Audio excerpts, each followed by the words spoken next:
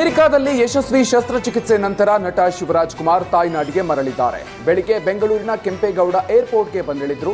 ನೇರವಾಗಿ ನಾಗವಾರದ ತಮ್ಮ ನಿವಾಸಕ್ಕೆ ತೆರಳಿದ್ರು.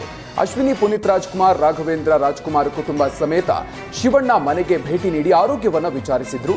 ಮೂತ್ರಕೋಶದ ಕ್ಯಾನ್ಸರ್ ಸಂಬಂಧ ಆಪರೇಷನ್ ಮಾಡಿಸಿಕೊಳ್ಳೋದಕ್ಕೆ ಶಿವರಾಜ್ ಕುಮಾರ್ ಡಿಸೆಂಬರ್ 18ರಂದು ಅಮೆರಿಕಕ್ಕೆ ತೆರಳಿದ್ರು. ಡಿಸೆಂಬರ್ 24ರಂದು ಆಪರೇಷನ್ ಮಾಡಲಾಗಿತ್ತು. ಇತ್ತೀಚೆಗಷ್ಟೇ ಶಿವಣ್ಣ ತಾಯ್ನಾಡಿಗೆ ಬರುವ ಸಿಹಿ ಸುದ್ದಿಯನ್ನ ಸ್ವತಃ ವಿಡಿಯೋ ಮೂಲಕ ಹಂಚಿಕೊಂಡಿದ್ರು. ಇದೀಗ ಸಂಪೂರ್ಣ ಗುಣಮುಖರಾಗಿ ತಾಯ್ನಾಡಿಗೆ ಮರಳಿದ್ರು. ಅಮೆರಿಕದಲ್ಲಿ ಶಸ್ತ್ರಚಿಕಿತ್ಸೆ ಮುಗಿಸಿ ಬಂದ ಶಿವರಾಜ್ ಕುಮಾರ್ಗೆ ಬೆಂಗಳೂರಿನಲ್ಲಿ ಚಿತ್ರರಂಗದ ಗಣ್ಯರು ಅದ್ಧೂರಿ ಸ್ವಾಗತ ಕೋರಿದ್ರು. ಸಂಗೀತ ನಿರ್ದೇಶಕ ಅರ್ಜುನ್ ಜನ್ಯ, ನಟ ಶ್ರೀನಗರ ಕಿಟ್ಟಿ ಸೇರಿದಂತೆ ನಿರ್ಮಾಪಕರು ಶಿವಣ್ಣಗೆ ಅದ್ಧೂರಿ ಸ್ವಾಗತ ಕೋರಿದ್ರು. ಶಿವಣ್ಣನನ್ನ ನೋಡೋದಕ್ಕೆ ಏರ್ಪೋರ್ಟ್ಗೆ ಅಭಿಮಾನಿಗಳು ಕೂಡ ಹರಿದು ಬಂದಿದ್ರು. ಹಾರ ತುರಾಯಿ ಮೂಲಕ ಶಿವಣ್ಣರನ್ನ ವೆಲ್ಕಮ್ ಮಾಡಿಕೊಂಡ್ರು. ದಾರಿಯುದ್ದಕ್ಕೂ ಅಭಿಮಾನಿಗಳು ಬ್ಯಾನರ್, ಕಟೌಟ್ ಹಾಕಿ ಸಂಭ್ರಮಿಸಿದ್ರು. ಸಾದಹಳ್ಳಿ ಟೋಲ್ ಬಳಿ ಶಿವಣ್ಣರನ್ನ ಸ್ವಾಗತಿಸಿದ್ರು. ಬೆಳಗ್ಗೆಯಿಂದಲೂ ಕೂಡ ಶಿವಣ್ಣನ ಮನೆಯಲ್ಲೇ ಅಭಿಮಾನಿಗಳ ದಂಡು ಹರಿದು ಬರ್ತಾ ಇದೆ.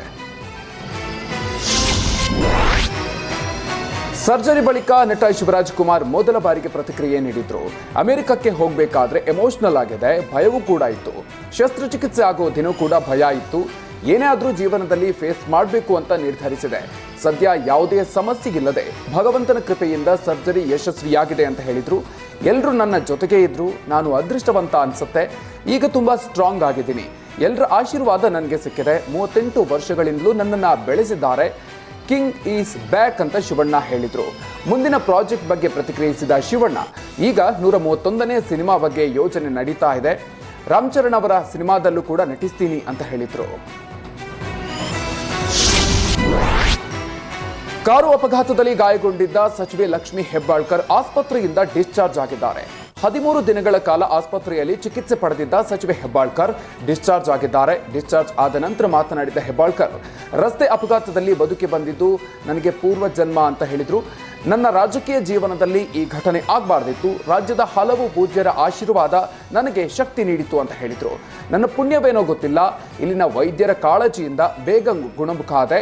ಅಪಘಾತದ ಭಾವನೆ, ಆತಂಕ ಬಾರದಂತೆ ಎಲ್ಲರೂ ಕೂಡ ನೋಡಿಕೊಂಡ್ರು, ಧೈರ್ಯವನ್ನು ತುಂಬಿದ್ರು.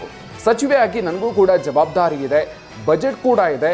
ಮಹಿಳಾ ಮತ್ತು ಮಕ್ಕಳ ಇಲಾಖೆ ಕೂಡ ಚೆನ್ನಾಗಿ ಕಾರ್ಯನಿರ್ವಹಿಸ್ತಾ ಇದೆ.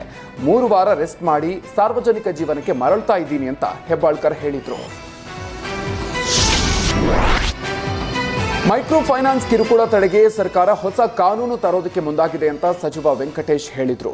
ಮೈಕ್ರೋ ಫೈನಾನ್ಸ್ ಕಂಪನಿಯವರು ಯಾರ ಮೇಲೆ ದೌರ್ಜನ್ಯ ಎಸಗಿದ್ದಾರೆ, ಬಲವಂತವಾಗಿ ಹಣ ವಸೂಲಿಗೆ ಮುಂದಾಗಿದ್ದಾರೋ ಎಲ್ಲದರ ಬಗ್ಗೆ ತನಿಖೆ ಆಗುತ್ತೆ. ಇಂಥವರ ವಿರುದ್ಧ ಸಿಎಂ ಕಟ್ಟುನಿಟ್ಟಿನ ಕ್ರಮ ತೆಗೆದುಕೊಳ್ಳೋದಕ್ಕೆ ಸೂಚನೆಯನ್ನ ಕೊಟ್ಟಿದ್ದಾರೆ. ಇದಕ್ಕೆ ಹೊಸ ಕಾನೂನು ತರೋದಕ್ಕೆ ಹೊರಟಿದ್ದಾರೆ ಅಂತ ಹೇಳಿದ್ರು. ಇನ್ನು ಶ್ರೀರಾಮುಲು ಸೆಳೆಯುವ ಯತ್ನ ವಿಚಾರಕ್ಕೆ ಪ್ರತಿಕ್ರಿಯಿಸಿದ್ರು. ಇದೆಲ್ಲ ಊಹಾಪೋಹ ಅಷ್ಟೇ.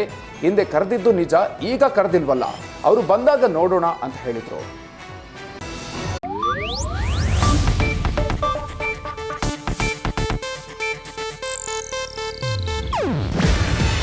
ಇದು ಏಷ್ಯಾನೆಟ್ ನ್ಯೂಸ್ ನೆಟ್ವರ್ಕ್ ಪ್ರಸ್ತುತಿ. ನೀವು ನೋಡ್ತಿದ್ದೀರಾ ಏಷ್ಯಾನೆಟ್ ಸುವರ್ಣ ನ್ಯೂಸ್.